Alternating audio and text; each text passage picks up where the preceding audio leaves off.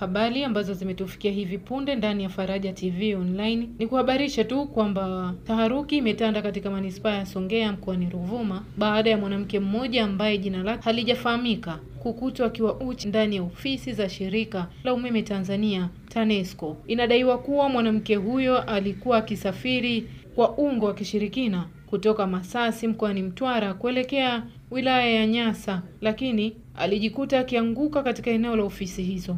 Kwa mujibu wa taarifa zilizothibitishwa na kamanda wa polisi wa mkoa wa Ruvuma, Marco Chilia, tukio hilo limetokea majira ya saa 9 usiku kuamkia Machi 11, 2025. Kamanda Chilia ameeleza kuwa baada ya mwanamke huyo kukutwa katika eneo la jengo la TANESCO na umati wa watu kuanza kukusanyika, uongozi wa shirika hilo ulitoa taarifa kwa kituo kikuu cha polisi Songea. Askari polisi walifika haraka eneo la tukio na kumkuta mwanamke huyo akiwa uchi wa mnyama, huku akiwa amejificha kwenye moja ya vyoo vya ofisi hizo. Baada ya mahojiano ya awali, maafisa wa polisi wameamua kumpeleka hospitali ya mkoa wa Songea kwa uchunguzi zaidi ili kubaini hali yake ya kiafya, hasa ikiwa ana tatizo la afya akili. Kwa sasa amelazwa katika wodi namba 8 akisubiri uchunguzi wa kitaalamu. Langu jina Nyambili Yohana.